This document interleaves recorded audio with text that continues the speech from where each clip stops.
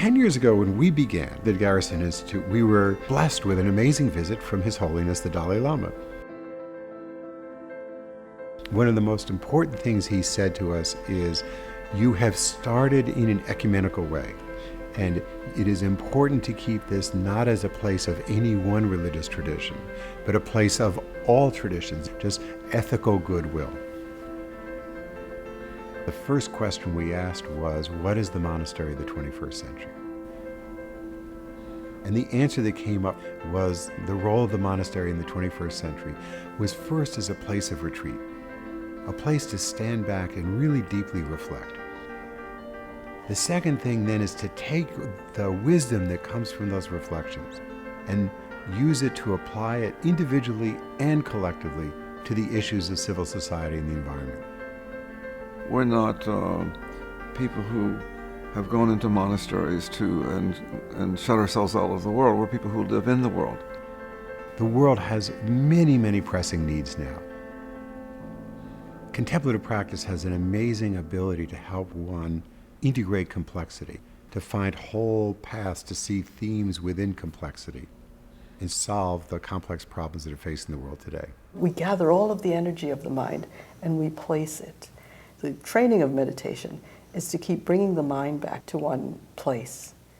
And in that way, it becomes calm and it becomes much more powerful. Its ability to cut through, to see, to be clear. Part of what I think contemplative learning can do is it begins to attune and tune up this instrument of inquiry. We think it's very important, the gathering together for people to calm down, eat together, think together, work together, strategize together in one place really matters. I love the fact that it is contained. That's wonderful because you can have everybody sort of in the same place. It's also really nice that it doesn't have anybody else's spiritual overtone here. You walk in here and there's sort of a feel. It's kind of like walking into an old church in Europe or something. It's neutral, but it's a pretty full and rich neutrality. To look within and to adopt the discipline and to work with everything that comes up is not that easy, and you really want to be in a beautiful environment. You want to be in a place where you feel nurtured and helped and supported. I like the lunches a lot.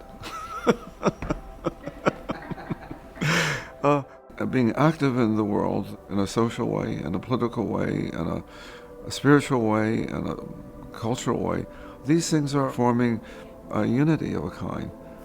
All of our work is very grounded in science because we are really trying to work within the nature of reality, and the scientific process is a really good way for filtering out what's going to work and not work. And all of our work is grounded in the practice of the field.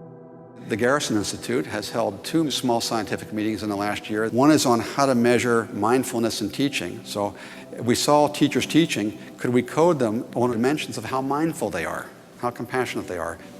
One of the things that has been really special for me is working with specific populations like the domestic violence shelter workers, and to see where our worlds can come together. We can't go on forever without paying attention to that need for resiliency. It's the mixing of these 3 streams, the great contemplative teachers, the great scientists who understand the nature of the human mind and how we can apply these teachings, and the people who are actually doing the work in the field. It's the bringing of these 3 streams together that is really the secret sauce of the Garrison Institute. There's many types of work in the world. Some work are harmful, some work are meaningful. This is the meaningful, to develop genuine heart of the human being, not only the intellectual thinking. And I think thinking and heart need to come together.